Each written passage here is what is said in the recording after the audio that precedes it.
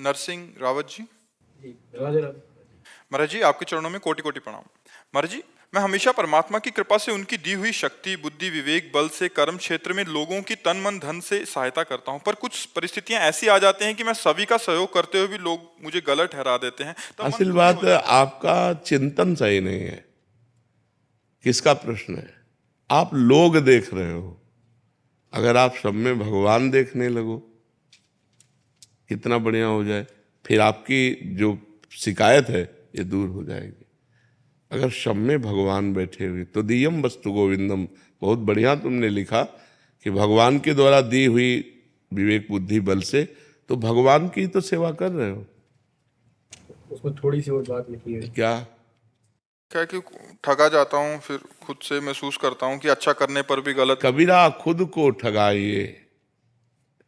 तुम्हारा पूर्व का यदि कर्म है और आप इस समय नवीन कर्म कर रहे हैं, इनका हित करना, और ये बदले में आपको ठग रहे, तो आपको प्रसन्न होना चाहिए कि मेरा तो पुण्य बन गया और इसका हिसाब था मेरा, वो चुकता हो गया तो बढ़िया हो गया। परेशानी क्या हुई?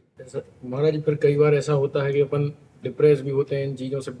क्यों डिप्रेस होते? इसीलिए कह रहा हूं, तुम लोगों को देख रहे हो इसलिए डिप्रेस हो गए।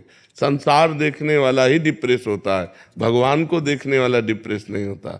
अगर सब में भगवत भावना करो, और भगवान है सब में, सिय राम में सब जग जानी, करो प्रणाम जोरी जुग पानी। सब में भगवान है, पास धन है, हम इनको दे दिया। अभी हमको गाली दे रहे हैं, हमारे साथ कपट कर रहे हैं, हमारे साथ छल कर रहे हैं, तो हमारा तो हिसाब हो गया, हमारा कर्म बन गया उत्तम। अब ये जो हमें गाली दे रहे हैं, ये हमारे पूर्व जन्म का कोई हिसाब है, तो वो भी चुकता हो रहा है। हमको ये विचार करके प्रसन्न होना चाहिए। हमको ये विचार करके निगेटिव नहीं जाना चाहिए मैंने इसका हित किया। ये बात गलत सोच है। ये परमार्थ के अध्यात्म के हिसाब से गलत है, इसीलिए हम डिप्रेस हो जाते हैं।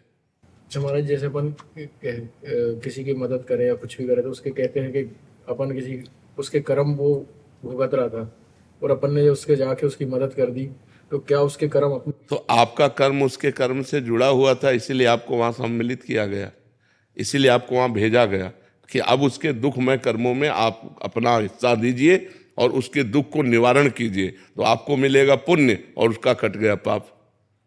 बिना संयोग भगवान के कराए थोड़ी तुम पहुंच गए। मान लो कोई तड़प रहा है और आप पहुंच जाते हैं और आप उसकी तड़पन को मिटा देते हैं, अस्पताल ले जा करके उसके दुख को मिटा देते हैं, तो आपका भगवान के द्वारा भेजा हुआ कार्य है। आप भगवान की तरफ से प्रेरित होके गए, तो आपका तो बना पुण्य और उसका कट गया पाप, दुख निवृत्ति हो गई। तो ये संयोग होता है। आपको ही क्यों भेजा? आप ही क्यों आ गए? किसी और को भेज देते। तो ये भगवान का विधान है, इस बात को समझना चाहिए। आप स्वयं से नहीं गए, आपको ले जाया गया है। ताहि न आवे ताहि पर, ताहि तहाँ ले जाए। जैसी हो भवतव्यता तैसी बने सहाय, आप न आवे ताहि पर, ताहि तहाँ ले जाए। वो भगवत विधान होता है। तो भगवान की जय जयकार करनी चाहिए कि मालिक मुझे ऐसा किसी दुखिया के दुख निवारण का मुझे सौभाग्य दिया। तो ये थोड़ी है कि उसके प्रारब्ध कर्म को मिटाओगे तो आपको पाप लगेगा, आपको पुण्य होगा, क्योंकि उसके असत कर्मों के परिणाम स्वरूप उसे दुख मिला और उसकी दुख निवृत्ति में आप सहयोग किए तो उसके पाप कट गए, आपका पुण्य बन गया। समझ गए? जी जी। जब महाराज जैसे ये कर्म कहाँ से शुरू होते? जैसे एक कसाई जो रोज मुर्गे काट रहा है, वो तो रोज हजारों मुर्गे। अरे तो इनकी फिर दुर्दशा जानते हो कैसे होती है? नरकों में इनको लाखों करोड़ों वर्ष सड़ाए जाते हैं, वो तो तुम्हें नहीं दिखाई देगा। अब जैसे यहाँ चोरी की और पुलिस पकड़ के ले गई, अब वहाँ जो हिसाब करती है अंदर चार चार पुलिस वाले मार डंडे, जब उनकी खाल उधेड़ते हैं, इसके बाद 20 साल की सजा, आजीवन कारावास, एक एक गलती की। तो यहाँ जो कर रहे हैं ना, इनकी दुर्दशा जो नरकों में होती है वो तुम्हें तो पता नहीं। कर्मों का फल तो भोगना ही पड़ता है ना। देखो ना जीव की कैसी दुर्दशा होती है, फट गए पूरे शरीर, तो अब ये सब भोगना पड़ता है यहाँ भी और नरक भी। ऐसा नहीं है कि ये जो कर्म कर रहे हैं इनको भोगने में अवश्य में भोगतव्य, भोगना पड़ता है, एक एक कर्म को भोगना पड़ता है।